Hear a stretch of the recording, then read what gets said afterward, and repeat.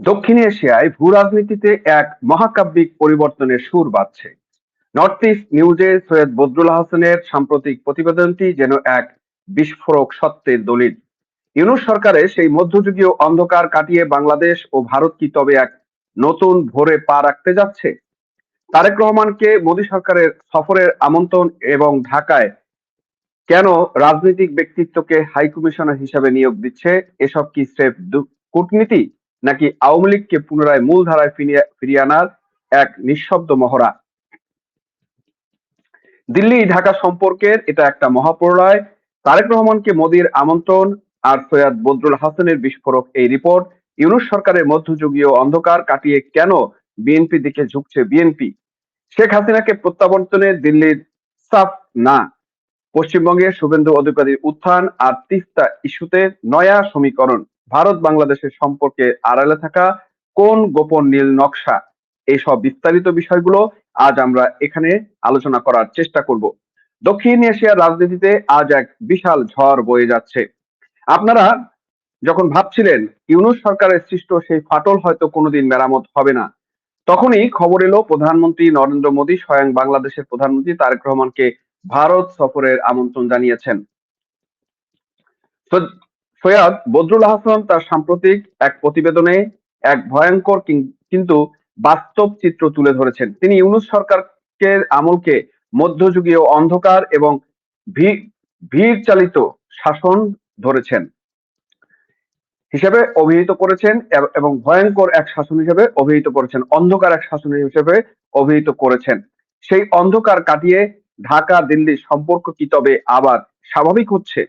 কিন্তু এই স্বাভাবিক হওয়ার আড়ালে আওয়ামী লীগের ভবিষ্যৎ আর শেখ হাসিনার দিল্লিতে অবস্থান কি নিয়ে কি ভারত কি ভাবছে?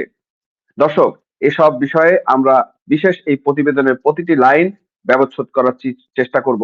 আমরা একটু হেডিংটা আপনাদেরকে দেখিয়ে আসি। সেখানে নর্থ ইস্ট নিউজে সৈয়দ বদরুল হাসান যিনি লিখেছেন, Dhaka Delhi ties, Bangladesh nationalist party and BJP have much to discuss.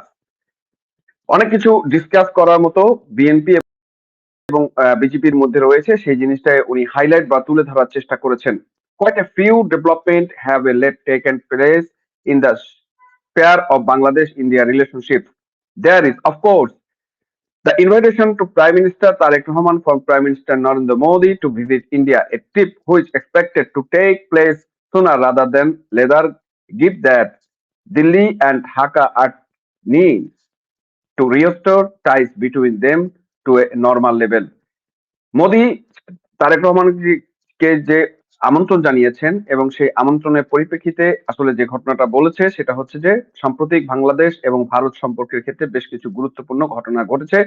প্রধানমন্ত্রী নরেন্দ্র মোদীর পক্ষ থেকে বাংলাদেশের প্রধানমন্ত্রী তারেক রহমানকে ভারত সফরে আমন্ত্রণ জানাচ্ছে তা অন্যতম। দিল্লি এবং ঢাকা উভয় তাদের সম্পর্কে স্বাভাবিক স্তর ফিরিয়ে আনতে আগ্রহী হওয়ার আশা করা হচ্ছে এই সফরটি খুব শীঘ্রই অনুষ্ঠিত হবে। এখানে যোগ করা যেতে পারে যে উনি এখানে কিন্তু পরবর্তীতে ইউনূস সরকারকে একটা অসাংবিধানিক এবং অন্ধকার যুগের সরকার হিসেবে বলেছে। Or might added that the damage done to Bangladesh links India during the period of unconstitutional Yunus regime was horrendous to point where many had begun to believe that the rupture in the world take very long time to replace the form and usual rules of diplomacy. এখানে ইউনুসের সেই সময়টাকে কিন্তু অন্ধকার একটা সময়ের কথা বলা হয়েছে, যেটা বলা হয়েছে অসাংবিধানিক ইউনূস সরকারের আমলে ভারতের সাথে বাংলাদেশের সম্পর্কে যে ভয়াবহ ক্ষতি হয়েছিল, তাতে অনেকেই বিশ্বাস করতে শুরু করেছিলেন যে এই ফাটলটা মেরামত করে কূটনীতিক স্বাভাবিক নিয়মে ফিরে আসা দীর্ঘ সময় লাগতে পারে। তো এই বিষয়টা নিয়ে সাম্প্রতিক যে আলোচনাটা উনি তুলে এনেছেন দর্শক, সে বিষয়ে আমি আপনাদেরকে বিস্তারিত তুলে ধরতে চাই যে আসলে এই অন্তর্নিহিত তার এই নিবন্ধের পিছনে আসলে উনি কি বলতে চেয়েছেন এবং বাংলাদেশ ভারতের সম্পর্কটা কোথায় গিয়ে দাঁড়াচ্ছে। বদরুল হাসান সাহেব ঠিকই বলেছেন, অসাংবিধানিক ইউনূস সরকারের আমলে ভারতের সাথে বাংলাদেশের সম্পর্কের যে ভয়াবহ ক্ষতি হয়েছিল তা মেরামত করা চারটিখানি কথা নয়। দিল্লির নীতিনির্ধারকরা ইউনূস ও তার অনুসারীদের দ্বারা সৃষ্ট বিপদ থেকে বাঁচতে একটি সতর্কতামূলক পিছুটান বজায় রেখেছিলেন।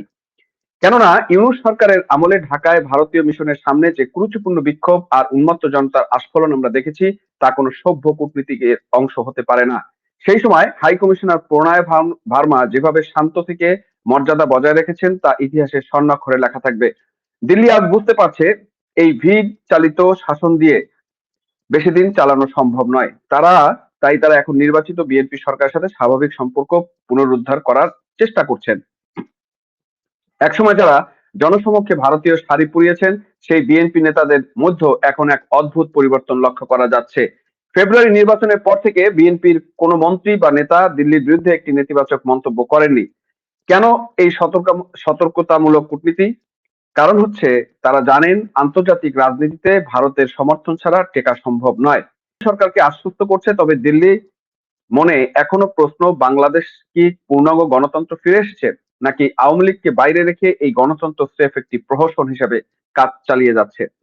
বিজেপি এবং বিএনপির মধ্যে আলোচনার অনেক কিছু আছে, কিন্তু সেই আলোচনার টেবিলে আওয়ামী লীগের ভবিষ্যৎ একটি বড় কাটা হয়ে থাকবে।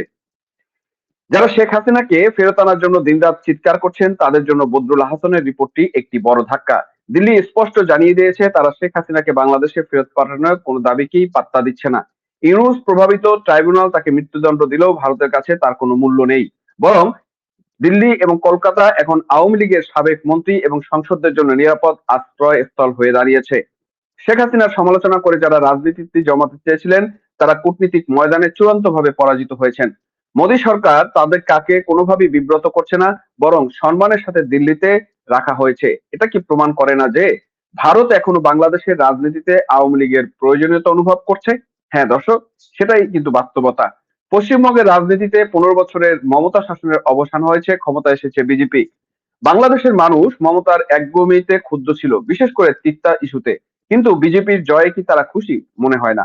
শুভেন্দু অধিকারীর হিন্দু ভোট তথ্য বাংলাদেশের মুসলমানদের মনে উদ্বেগের সৃষ্টি করেছে। তবে প্রশ্ন হলো, বিজেপি কি তিস্তা পানি বন্টন ইস্যুতে নমনীয় হবে?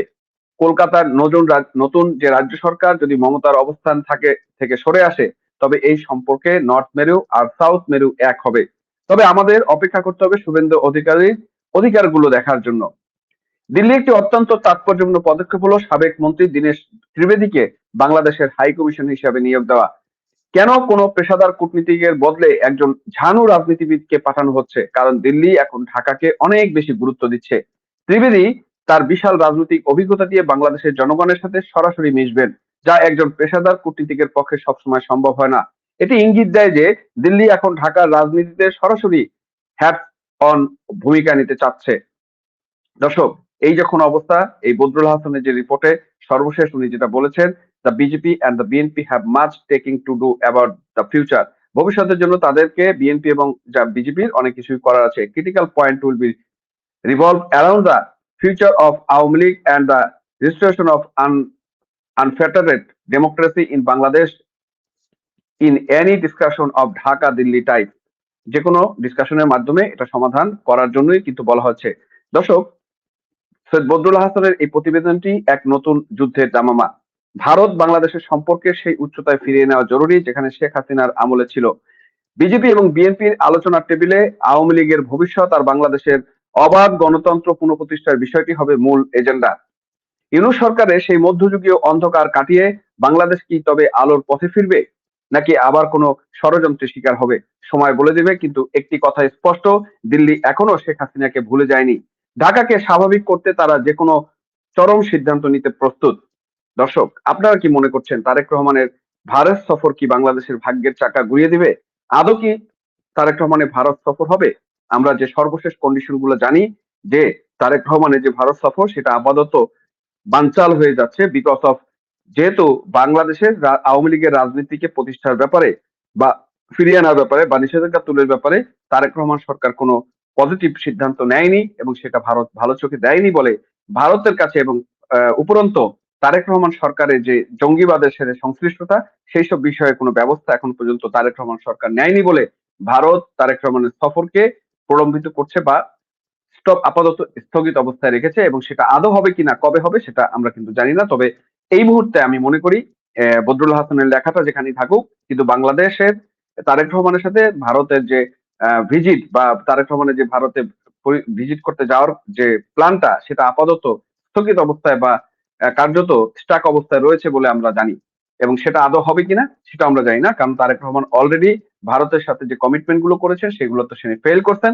উপরন্ত উনি এই ভারতের যে বিচ্ছিন্নতাবাদী সেই অংশগুলোর সাথে সেই জঙ্গি বা সেই টেরোরিস্ট গ্রুপ গুলোর সাথে তারেক রহমানের একটা সখ্যতা গড়ে উঠেছে, যেটা ভারত সরকার ভালোভাবে দেখছে না। সাথে সাথে পাকিস্তানের সাথে তারেক রহমান সরকারের আরেকটা বন্ধন যেটা তৈরি হচ্ছে সেটাও ভারত সরকারকে বিব্রত করছে, এবং সেক্ষেত্রে ভারত অন্য পথে হাঁটতে পারে বা বাংলাদেশের বিরুদ্ধে কঠিন কোনো ব্যবস্থা নিতে পারে বলে আমাদের কাছে মনে হচ্ছে।